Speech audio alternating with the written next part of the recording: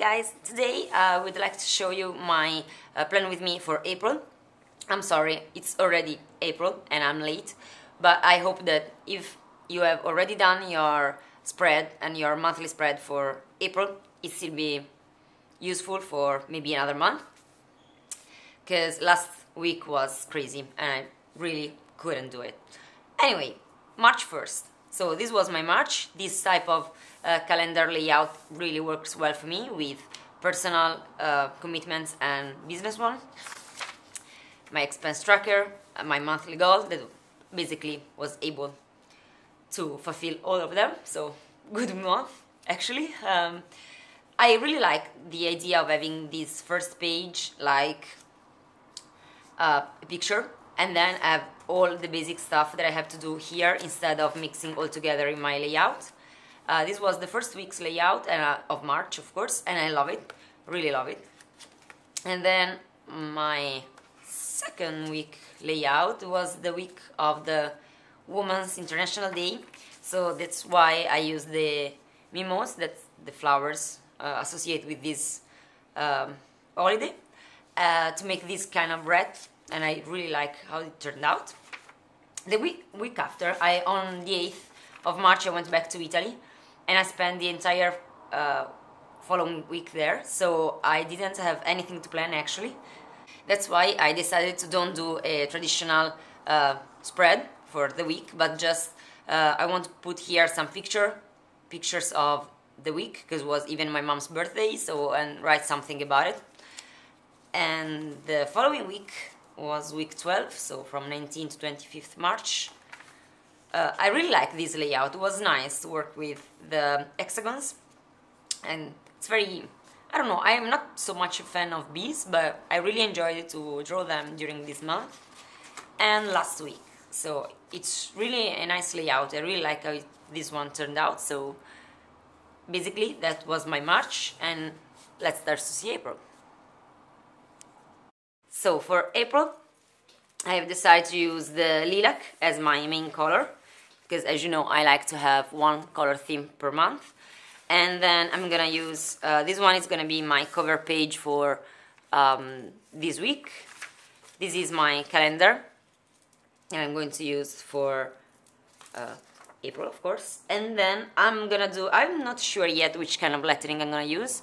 Last month I have used this kind of lettering here with the name of the day, writing before with the crayola marker in caps letter, and then with my own handwriting with the fine liner above it. So I'm not sure which kind of lettering I'm gonna do for April, but I know what I wanna do as decoration. So I've decided, I was really impressed by this kind of picture of wisteria.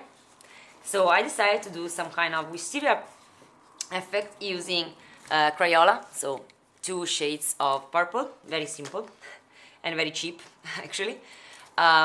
This one is a water spray. So I use this one because it's really easy for me to bring in my pencil case, but if you have this type of water spray bottle, it's perfectly fine. I'm gonna use a fine liner, black one, 0.2. And this is a brush. I mean, it's a water brush, but it's empty now, so I'm just using it for, because I had this on my desktop, so. And then a piece of acetate. This is just a scrap piece from some box or packaging of something, and a towel, just in case. And probably you're going to see me use this one, that it's a knit gun. I use it for speed up the drying process of the watercolor, so if you have one, it's fine. If you don't have one and you're not interested in speed up the drying process, it's perfectly fine as well. Otherwise, you can use your air dryer. Just pay attention with the distance from the paper and the temperature, not too high. So let's start to do our April. The first thing, of course, it's my calendar, so I just placed it, and now I'm doing my important dates. So I really like this kind of layout with the days vertical, and I'm just highlighting the weekends, so very simple. And as a lettering, after all, I decided to do with some kind of banner, so I'm using the marker for writing important dates and then just drawing the banner with the fine liner. This is the expense tracker. It's going to be the same as the last month. Very simple, so with where, description, plus, minus. Really simple. Same kind of banner effect. And now it's time to start with our wisteria. So basically I use the brush for drawing like S shapes or very small dots, leaving a lot of white space underneath with the first color that it's a little bit pinkish. And then I dry everything, and then I go over with the second layer with the darkest purple, leaving a lot of white space and spaces where you can see through the pinkish color. And then I use my fine liner to draw some kind of swirly, sketchy, irregular kind of lines. So just something that gives the idea of the wisteria without being descriptive and without being precise. So the idea is to do something very light, very sketchy, and even quick to do, because otherwise it could take hours to make something that it's really a real wisteria.